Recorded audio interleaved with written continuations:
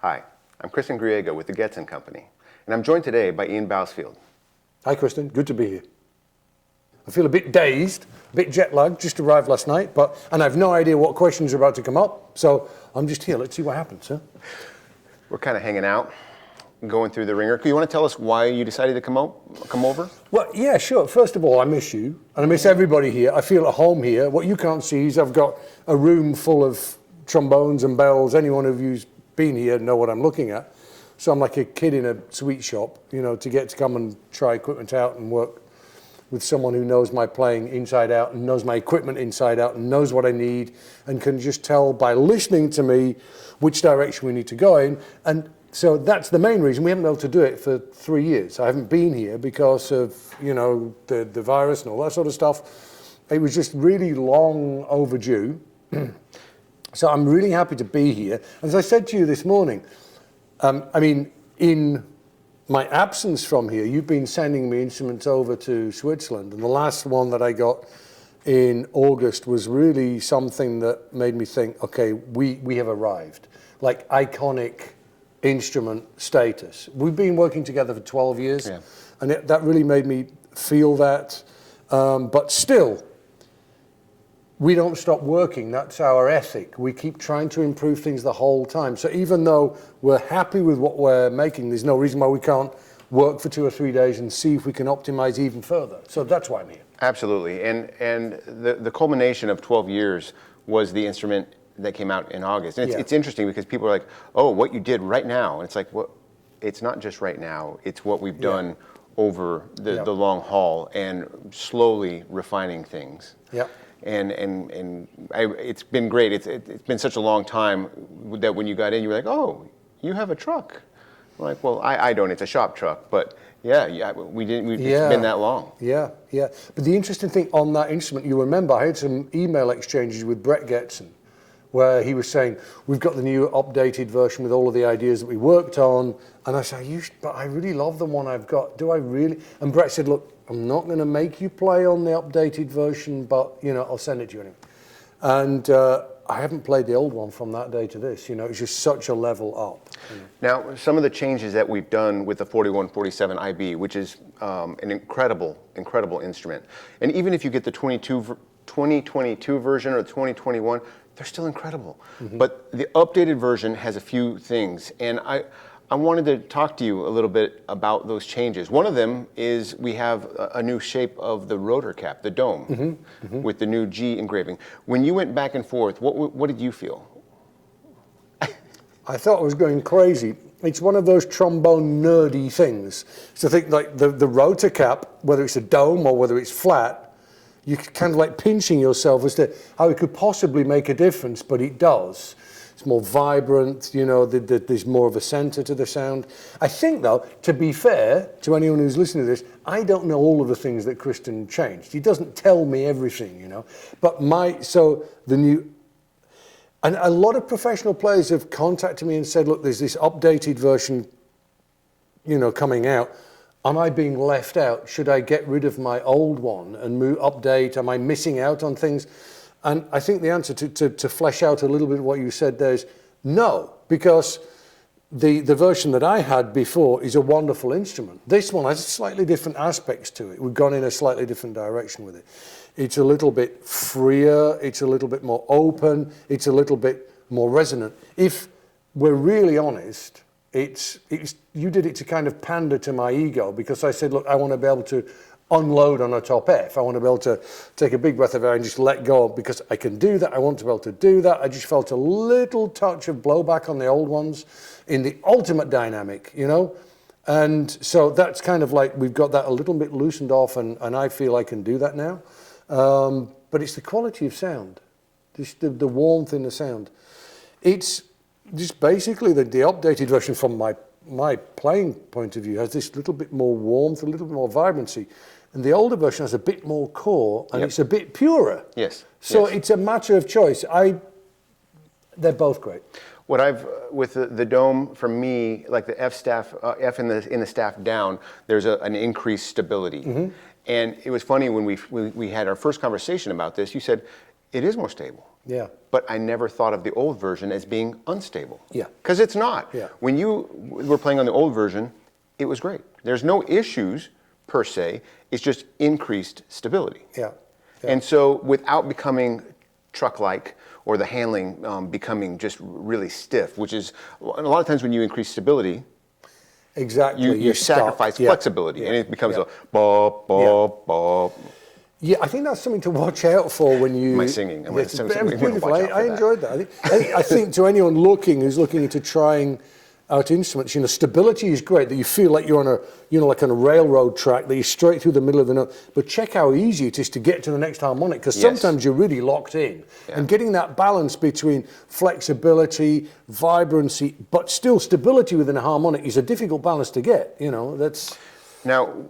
Because of the increased resonance that we've done with this instrument, we took the lead pipe and made it interchangeable. Mm-hmm. Now, it still only comes with the one stock lead pipe, but now you have access to all the Getzen lead pipes, you have access to all the Edwards lead pipes, and we have sterling silver, we have brass, we have all these things available to you, because I didn't want to make the perfect instrument for you and then somebody else say, well, I preferred the old one with a little bit more focus and core. Now you can go to a smaller, longer lead pipe and get those aspects of sound back. Yeah, absolutely. I mean, there's some people that, you might have Edwards instruments in your collection or whatever, and for instance, that really long stainless, sterling silver lead pipe is just going to pull you in that little bit more. It's going to railroad you. It's going to be a bit more pointy. It's going to be a bit more direct. Sometimes you might need to do that. I think we start with a basic center point of something that is really beautiful, vibrant, warm. And then if you've got the options to move away from that, then that's really a luxury. That's great. Without having to change your entire instrument. Exactly. And expensive components, because the closer you get to the face, the smaller differences, make bigger differences. So you were just here, we were going through some different lead pipes. Can you explain from a feeling and a sound perspective what you heard and felt on lead pipes? I think going back to what you just said about the feeling of things, I think for me what the lead pipe does is primarily it brings where the note is happening. Is it happening here? Is it speaking here? Is it speaking there? Or further away? So if I want to be really nimble, really fast and really agile, I want something that's speaking here. If I want to make something like really resonant and warm, I want to feel that it's a bit further away. So I've got a cushion. That's the primary thing. The shorter, the standard lead pipe, this with the 4147, is quite a light lead pipe. It's very vibrant, and it's just going to make the whole room vibrate. So you've got the two things. You've got the feeling here, and also the feeling of what's happening out there.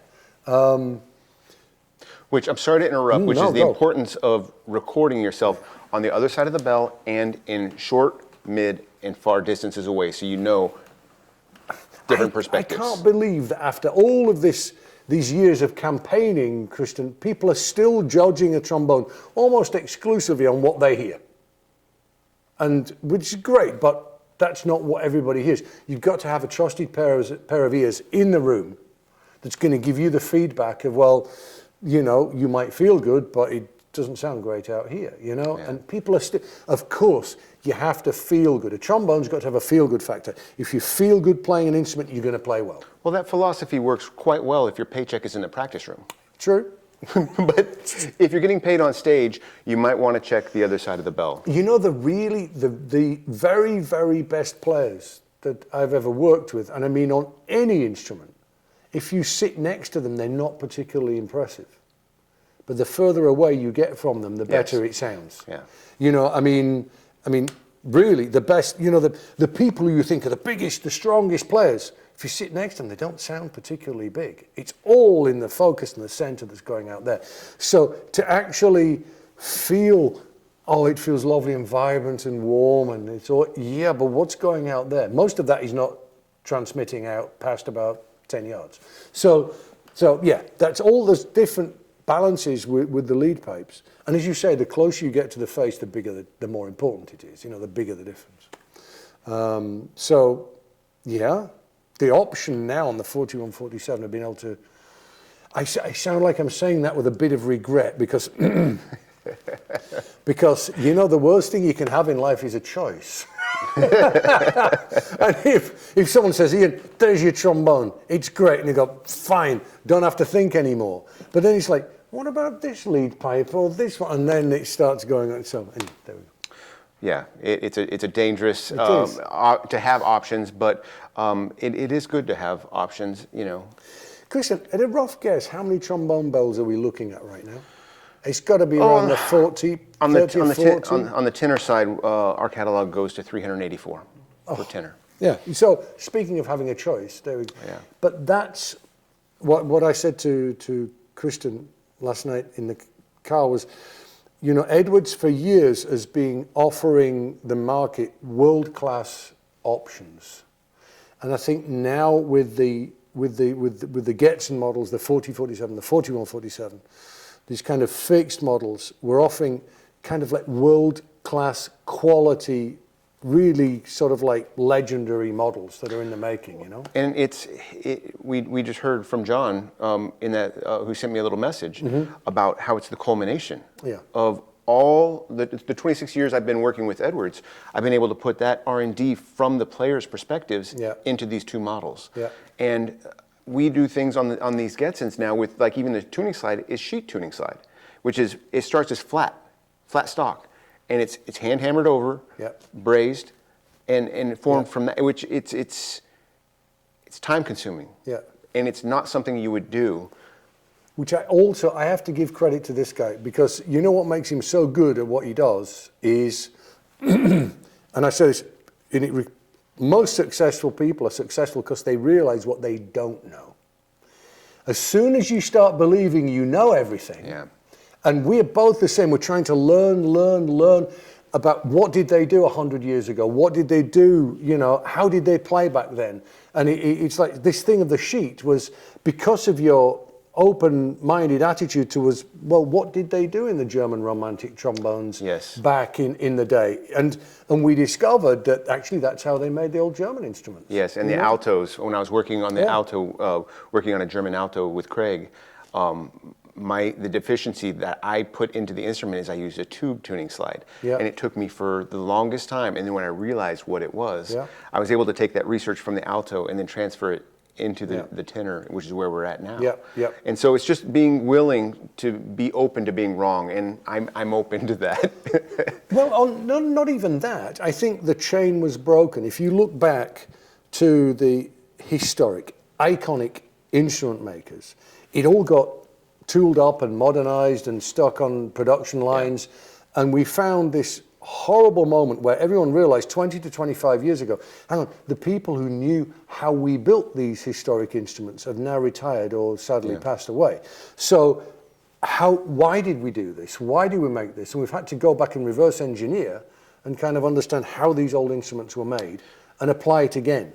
I would say, and this is a bit controversial, you can cut this out of course if you like, but I would say we have been trained over the years to accept an inferior quality product in order to keep the price down and in order to keep the profit up and in order to be able to make instruments really, really quickly. And I think when we are fortunate enough to play on a Mount Vernon Bach that's in good condition, or an old Elkhart 88H that's in good condition, and we realize what our predecessors had in their hands, and we've been convinced to make instruments that have been put together from outsourced cheap parts and just thrown together.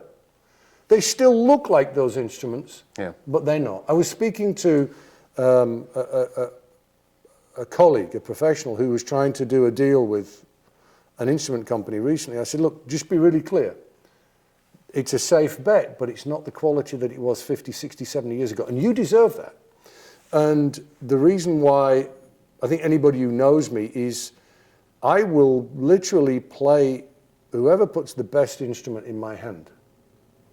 And you do it. That was a conversation I had with you, and you told me that first and foremost, and it was a race, and I was like, okay. Yeah, and you continue to do that. You know, in order to recreate the quality of those legendary instruments, it takes a lot of work. You have to invest a lot of time. And in the change in the market, with the middle market of trombones getting very congested now, what you and the Getzen family decided to do is to go up in standard, to go up in quality. And I think that's really quite clear to see now. And I personally am just feeling an improvement in the instruments the whole time. And what I said to this colleague of mine was, are we in Getzen making instruments of the quality of the New York Bachs and the Mount Vernon Bachs, that kind of level, the Elkhart Cons?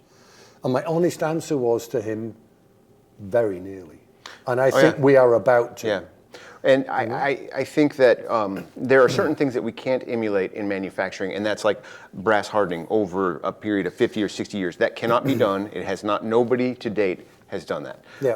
And so those are the only qualities, but as far as consistency, color, and timbre of sound right now, I think what we're producing is quite amazing, and I'm proud of that. Yeah. And I don't want players to have to settle. Yeah. And even if people come to Edwards, and it's happened where if it's not the best instrument for them, they'll walk and they end up on something else, and that's fantastic. At least they went through due diligence and tried everything. Yeah, yeah. I think one of the first things that I try and work on with my students is I don't think you can be a musician if you're not capable of forming your own opinion. Yeah, yeah. The first step to becoming any kind of artist is learning how to develop and create your own opinion. You must only play an instrument if you believe it's right for you, if you can form an opinion. And you don't buy an instrument because so-and-so plays this or so-and-so, and it's fashionable to do this, that, or the other. We have a job to do. You give me a piece of equipment that helps me to do my job as best as I possibly can. And I think that's really the way people have to start looking at things, you know. If I play on this mouthpiece and this trombone, I'll be successful. No, not necessarily. You have to find the right one for you. How do you train your students to be professionals? And what does that mean to you? Even that term. You know what? It's a great question, because I see a student become professional shortly before they win a job. If you can get to that level, a lot of people think, well, when I win a job, I'm going to become professional. Professionalism, obviously that goes together with the word being disciplined, being reliable, thinking about things. In every area of your life, not just... No, being organized, being able to plan your life, being reliable, being polite, being somebody who everybody around you is happy to see every day. You know, we forget that. When you're working in a professional environment, as angular as I might seem, I'm quite amenable in a workplace and very flexible.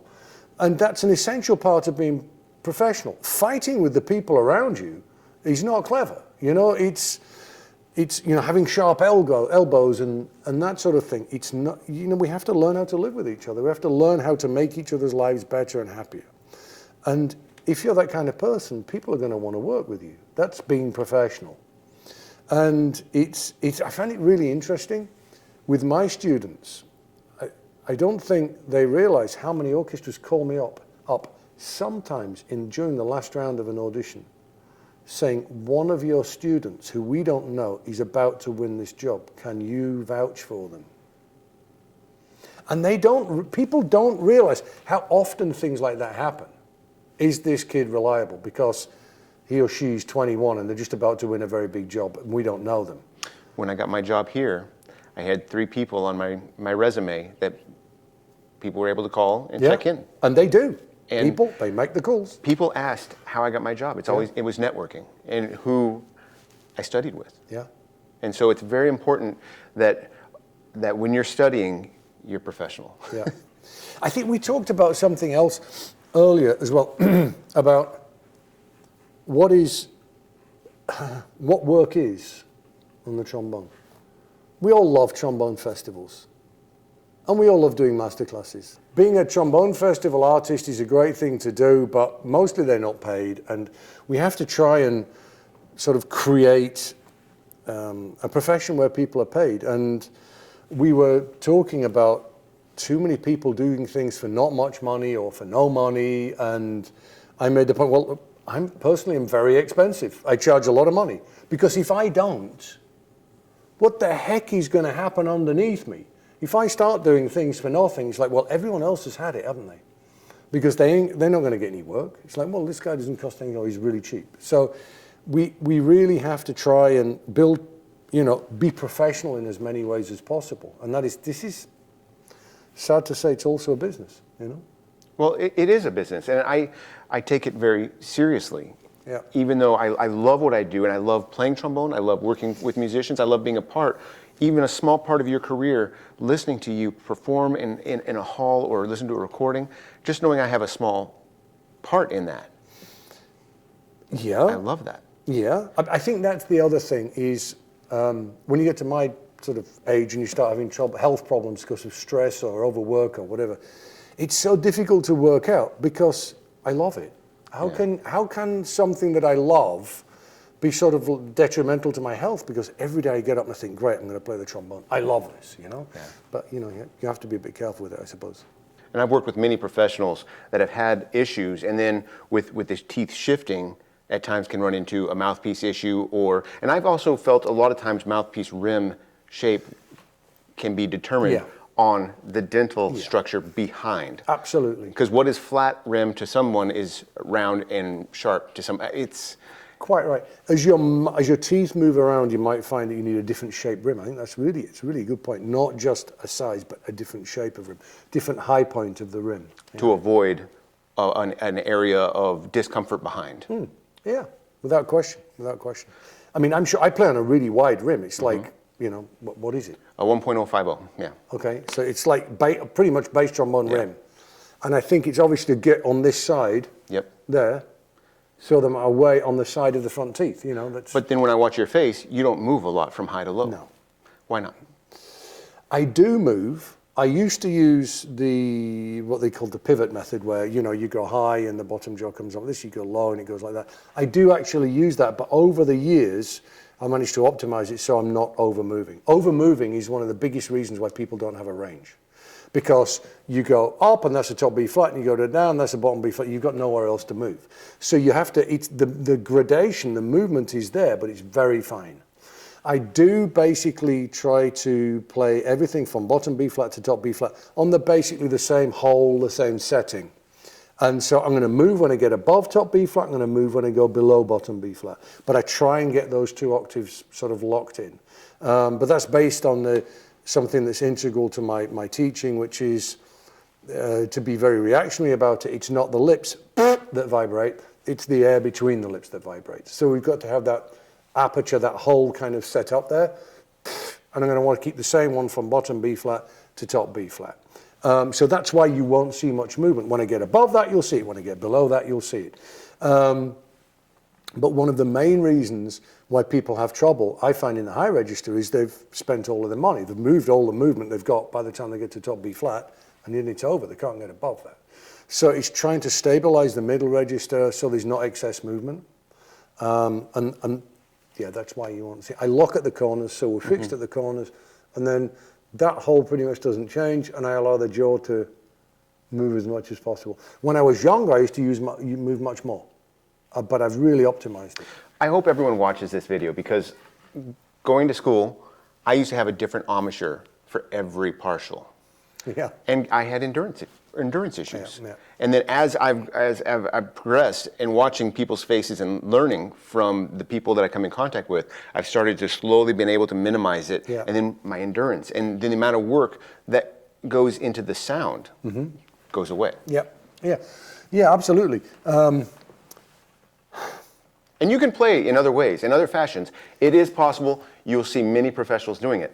But learn from everybody you come in contact with. And I think that the influence you've had on me in my playing, in my soft playing, people in America were like, wow, your soft playing is really good. I'm like, well, I learned from going to Jeremy Wilson, who learned from you, about just being able to touch a note and being able to resonate and not getting in the way of it. I think something that for the American players here it might be something that perhaps is not discussed much in the US, I don't know. But there are 2 or 3 of us in Europe who quite independently, actually, without talking to each other, teach this leaning system, where you breathe, and you've got the air, and then the size of the hole you just lean against the back of your embouchure, you just lean the air against it. You're not pushing, you're not blowing, you're not working, it just leans. And that's how the quiet playing happens. And it's kind of like reverse to what we're normally taught. And whether it's controversial or not, I don't care. I'm having so much success with it. I'm allowed to say it. It's basically how I play. It's the basis of my setup, and it's the basis of what I'm teaching. And that is the size of that hole. We're taught the lower you go, the wider the hole. The higher you go, the smaller the hole. The quieter you go, the smaller the hole. The louder you go, the bigger the hole. Think about it. If you're playing quietly, take one breath. There's a small hole. You're just leaning the air against it. It's the easiest thing in the world. You play loud, you open, you make the hole bigger, more air is going to come out, it's louder. It's common sense. It's basically how it works. And then the higher you go, the more you work here, the lower you go, the less you work here, but you keep the shape, you don't let it collapse. And that's basically the system that I use, that I work on. It's just the leaning use of air. This is incredible, all this knowledge. I have a few questions from customers that asked us to ask you some questions, and one of them was, with all this, the knowledge that you used to have on Venmo, unlocking the trombone code, that's going to a different platform. Would you let us know where that's going? Yeah, watch this space. Basically, I think as we evolve, we develop, we grow in life. I'm a completely different trombone player to the one I was 30 years ago, and hopefully a completely different person. And we try to be a better person and learn more about music and life the whole time as we go on, learning more about teaching. Those Vimeo videos were done a good 12 years ago. And I don't know whether I would argue or disagree with anything that I said, but I'm sure that I've changed and optimized and gone in a different direction with my teaching. I started in the summer to replace them, and realized it was such an enormous project that I have so much to say, that I've learned so much in the meantime about teaching, about pedagogy, with which I'm obsessed, that I would literally get the camera on and start talking about articulation, and an hour and 20 minutes later realize I hadn't finished. Or talking about, playing certain excerpts and the historic understanding of it and how to approach, how to practice it. And also to go through these tools. When you become a successful teacher, which I have, my class is incredibly successful, you distill your ideas down to some very small basic principles, some tools that you can use in the studio that really work in advanced pedagogy. Absolute advanced pedagogy that is making good players into really top players. And so I wanted to redo these videos with all of that stuff in it. And so far I've got about 14 hours done, and there'll be more being done over the next 3 to 6 months. I'm estimating there's going to be about 40 hours of the stuff to go out there, and then it'll all go up, not sure where. And we may release the Vimeo stuff as well at the same time, let the whole lot go. But that's what's happening with it, But a few people have been saying, where are they? We enjoyed that, and it's just like, okay, time to do it again, Yeah, absolutely. Well, Ian, I can't say thank you enough for being here and giving us some information and talking about all the projects that we're involved with. And what do you have coming up in the next 6 months? I've got a couple of solo concerts coming up next week in Switzerland with a brass band, which will be nice. Conducting some professional brass sections in Europe, a lot in Scandinavia. I love doing that. I love it. You get a professional group of players there, and I play some solos and conduct some good pieces. Really enjoy that.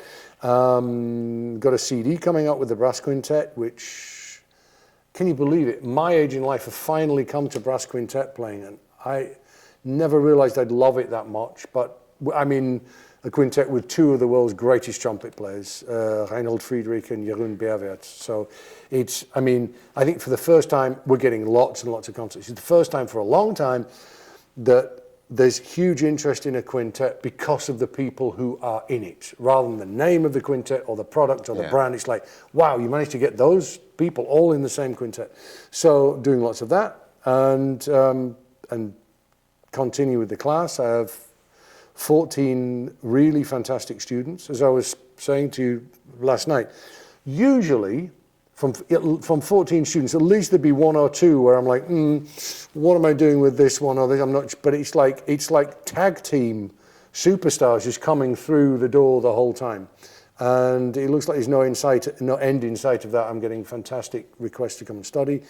I never realized I would become so obsessed with pedagogy, and it's something that how people's brains work and how they learn is something that really fascinates me, you know. So lots of that, and cold water swimming and vegetable gardening and wine tasting and trying to stay fit, and so nothing much really. Well, thanks for being here. Ian's horn is the 4147 IB. If you want to try it out for yourself, go to your local Getzen dealer. If they don't have it, request it, and then maybe they'll get one in for you to try. You can also go to Getzen.com, and you can follow along on Facebook, Instagram, and everything, and we'll keep all the updates and things that we're doing with you on those pages. Good. Thank you. Cheers.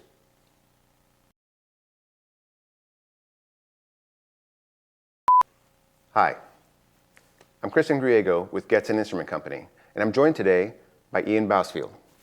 Hi, Kristen. Nice to be here. So it's Getzen Company? Okay. What does it say on your paycheck? The boys. Okay, hold on. Hi, I'm Kristen Griego. I'm sorry, I can't believe you didn't know the name of the company is. That's fucking hell. Doesn't matter. No, it doesn't, but I'm just Getzen thinking, Instrument Co- no, Getzen but Co- that okay. is Okay, so Getzen Co- amusing. That Getzen was it, 28 years, Yeah, and whatever, it's like, all right. Hi, I'm Kristen Griego with Getzen Company. God, that just sounds so awkward saying that. Okay. Hi, I'm Kristen Griego with Getzen Company. That just doesn't sound right. Oh my God! I can't believe this is happening. Can I just say the Getzen Company? The Getzen Company? Or you just say, I'm Kristen Griego, I'm Kristen Griego. and I'm here with Ian Bousfield. Yeah. Oh no. Look, hang on a minute. This is. Oh Shake it no. off. Yeah. This is. Bumblebee. Bumblebee. This has never happened before. That's why I always tell my wife anyway. Could we be professional, please, boys? But this has never happened before.